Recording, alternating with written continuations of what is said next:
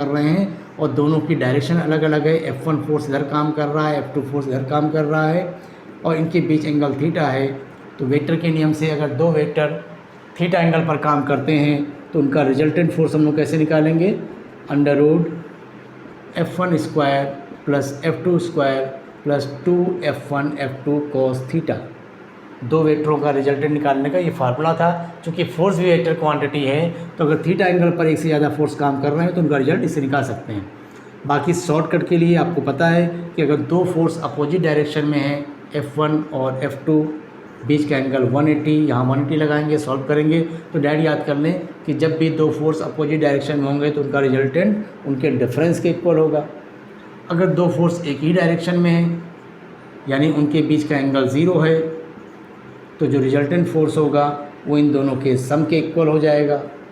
अगर दो force 90 degree पे काम कर रहे हैं F1 और F2 90 डिग्री पर तो इनके बीच का जो रिजल्टेंट फोर्स है वो under root of F1 square plus F2 square हो जाएगा और उस रिजल्टेंट फोर्स की जो डायरेक्शन होगी वेक्टरों के चतुर्भुज नियम से निकालेंगे, डायरेक्शन ये बीच में काम करेगी, इन दोनों फोर्स का रिजल्ट इधर काम करेगा। इस सब वेक्टर के टॉपिक में आपको पढ़ाया जाता है। अगर आपको कोई कन्फ्यूजन हो तो हमारा वेक्टर का वीडियो पड़ा हुआ है, उसको आप देख सकते हैं। तो ये जो है रूल हो गया, अगर एक साथ एक ही पॉइंट पर एक से ज़्यादा फोर्स काम कर रहे हों तो उनको हम लोग कैसे सॉल्व करेंगे। अब इस पर एक क्वेश्चन देखते हैं। ये मान लीजिए एक इक्विलेटरल ट्रायंगल यानी समबाहु त्रिभुज ABC, इसकी साइड है वो A ले लिया जाए।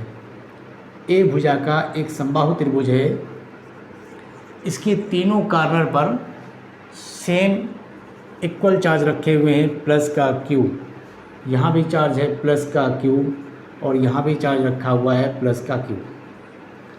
अब अगर क्वेश्चन पूछता है कि किसी एक कॉर्नर पर, कोई भी एक कॉर्नर आप ले लें, किसी एक कॉर्नर पर लगने वाला रिजल्टेंट फोर्स बताइए कितना होगा। तो किसी एक कॉर्नर पर लेते हैं, जैसे मान लीजिए हमने B कॉर्नर को ले लिया तो B कॉर्नर पे कितना रिजल्टेंट फोर्स काम कर रहा है ये हमसे पूछ रहा है। तो देखिए B पर जो चार्ज होगा, इस चार्ज पर ये वाला चार्ज भी फोर्स लगाएगा और ये वाला चार्ज भी फोर्स लगाएगा। ये प्लस है, ये भी प्लस है, तो ये वाला चार्ज इसको इधर रिपेल कर रहा है, इधर प्रतिकर्षित कर रहा है। ये हो गया फोर्स ड्यू टू A। इसी तरह से ये वाला चार्ज भी प्लस है और ये प्लस है, तो ये वाला चार्ज इसको इधर भगाएगा। ये हो गया फोर्स ड्यू टू C। तो इस पॉइंट पर यानी इस चार्ज पर दो फोर्स काम कर रहे हैं और इन दोनों फोर्स की डायरेक्शन के बीच का जो एंगल है ये कितना होगा। तो हम जानते हैं समबाहु त्रिभुज के सभी कोणों का मान 60 अंश 60 अंश 60 डिग्री होता है और जब ये 60 डिग्री है तो वर्टिकली अपोजिट होने की वजह से ये भी 60 डिग्री हो गया, यानी दोनों चार्ज के बीच का एंगल कितना है 60। अब हमको रिजल्टेंट इस फॉर्मूले से आसानी से निकाल सकते हैं। इसके लिए पहले इन दोनों फोर्स की वैल्यू निकालिए कि A ने जो फोर्स लगाया था उसकी वैल्यू क्या है। तो A ने जो फोर्स लगाया था 1/4 पाई एप्सिलॉन नॉट, दोनों चार्ज को लिया जाए Q1 Q2, बीच के डिस्टेंस लिया जाए A स्क्वायर। इसी तरह C ने जो फोर्स लगाया उसकी वैल्यू अगर आप लेते हैं तो 1/4 पाई एप्सिलॉन नॉट, दोनों चार्ज को लेंगे, चार्ज सेम, डिस्टेंस लेंगे, डिस्टेंस भी सेम। तो हम देख रहे हैं वैल्यू दोनों की सेम है। A ने जो फोर्स लगाया वो भी उतना ही है, C ने जो फोर्स लगाया वो भी उतना ही है। तो थोड़ी देर के लिए इसको सॉल्व करने के लिए टेम्परेरी हमने इसको x मान लिया तो ये भी x हो जाएगा। अब इस फॉर्मूले का इस्तेमाल करो कि दो फोर्स काम कर रहे हों, उनके बीच का एंगल पता हो तो रिजल्टेंट फोर्स निकाल सकते हैं। तो इस फॉर्मूले से हम देखेंगे B पॉइंट पर टोटल रिजल्टेंट फोर्स कितना काम कर रहा है। तो पहला फोर्स क्या है x, दूसरा फोर्स क्या है x plus 2x into cos 60। cos 60 की वैल्यू आएगी 1/2, ये 1/2 इस 2 से कैंसिल हो गया तो आपको मिल गया under root of x square plus x square यानी 3x स्क्वायर, यानी आंसर आया x√3। x क्या था, x हमारा था 1/4 pi epsilon naught Q square upon A square under root 3। ये हमारा आंसर हो गया कि B पॉइंट पर टोटल इतने फोर्स काम करेंगे। ठीक है, तो इस तरह डायग्राम बनाकर भी क्वेश्चन पूछा जाता है। स्क्वायर दे सकता है कि चारों कॉर्नर पे इसके चार्ज रखे हुए हैं, तो बताइए किसी एक कॉर्नर पर कितना फोर्स काम करेगा। तो उसको देखिए कैसे सॉल्व किया जाएगा।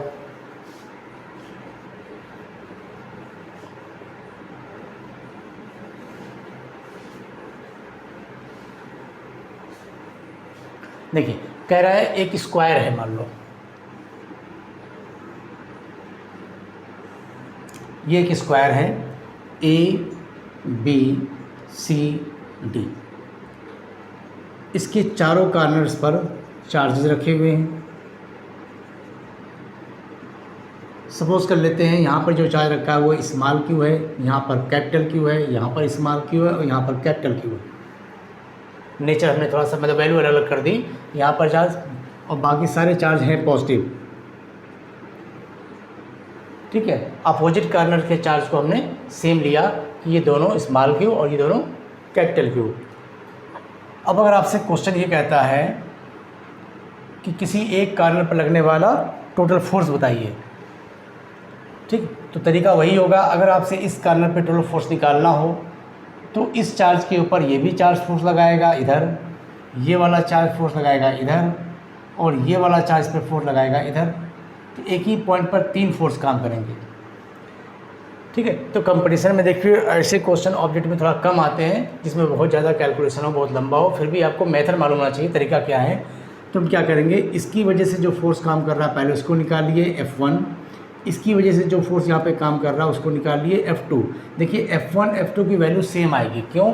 देखिए ये दोनों plus Q capital Q small Q, ये भी कैपिटल क्यू स्मॉल क्यू, यानी दोनों चार्ज इक्वल हुए, बीच की डिस्टेंस इक्वल हुई, तो ये वाला फोर्स और ये वाला फोर्स इक्वल आएगा, मैग्नीट्यूड में इक्वल आएगा। डायरेक्शन का फ़र्क है, ये इधर काम कर रहा है, ये इधर काम कर रहा है, बीच के एंगल 90। अब हम क्या करेंगे, इन दोनों का रिजल्टेंट निकालेंगे। अगर हम कह दें मान लो थोड़ी देर के लिए इसको x मान लें और इसको भी x मान लें, तो ये x और ये x, बीच का एंगल 90, तो इनका रिजल्ट इधर आएगा x√2, है ना।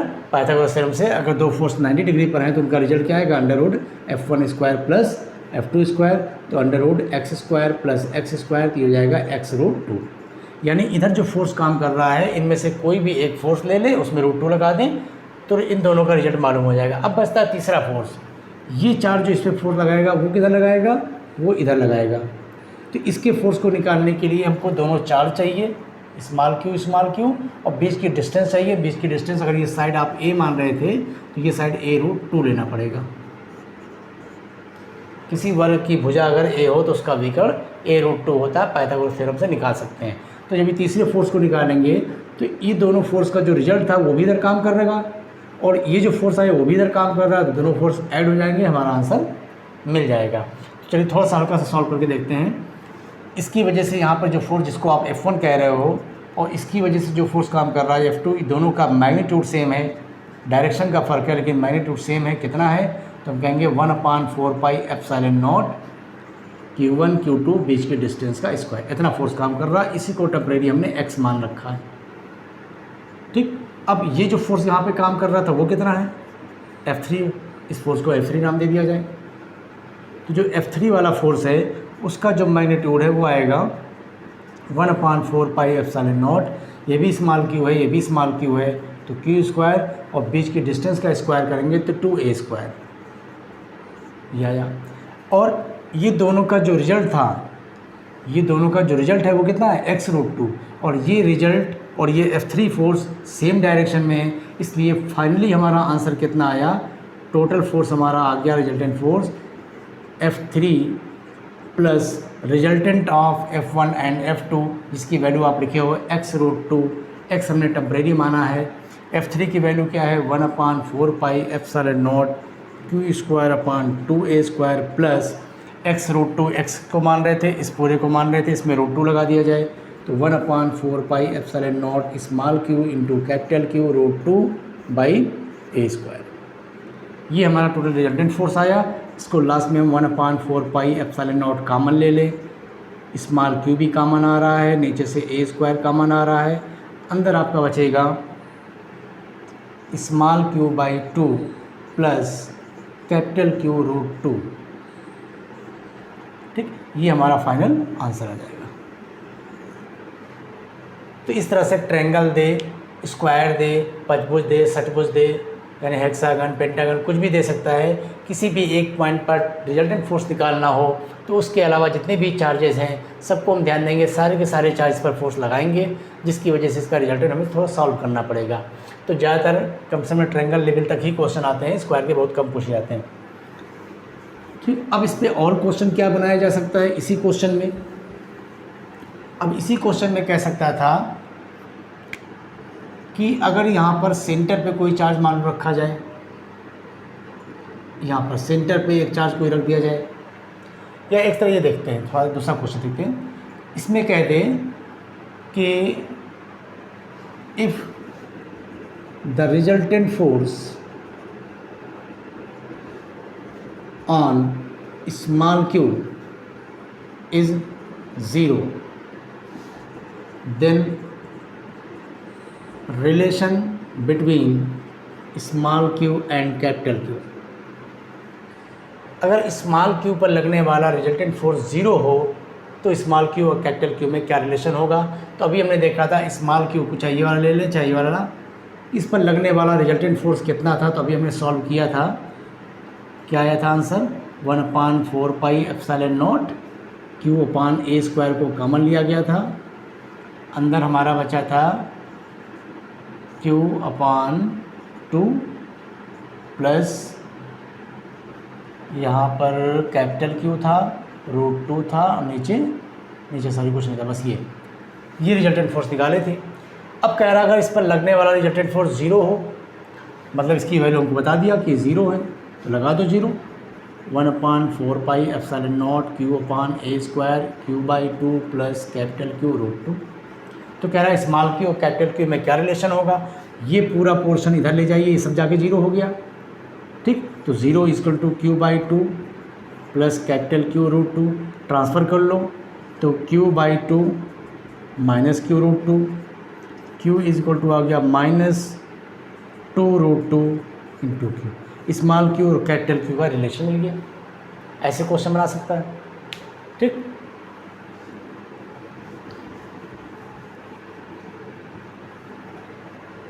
इसी तरह से बोलता है 2 चार्ज या 3 चार्ज हो, स्क्वायर हो, ट्रेंगल हो, कह रहा है उस जो चार्जों का बना हुआ एक सिस्टम है वो सारा का सारा सिस्टम इक्विलिब्रियम में है, साम्य अवस्था में है, तो स्मॉल q और कैपिटल Q रिलेशन बताओ।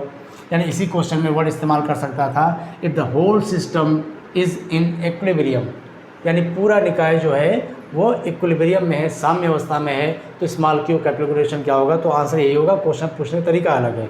इक्विलिब्रियम में कहने का मतलब हमारे पास ये 4 चार्जों से बना हुआ एक निकाय था, और कह रहा है ये पूरा निकाय संतुलित है, बैलेंस है, इक्विलिब्रियम में है।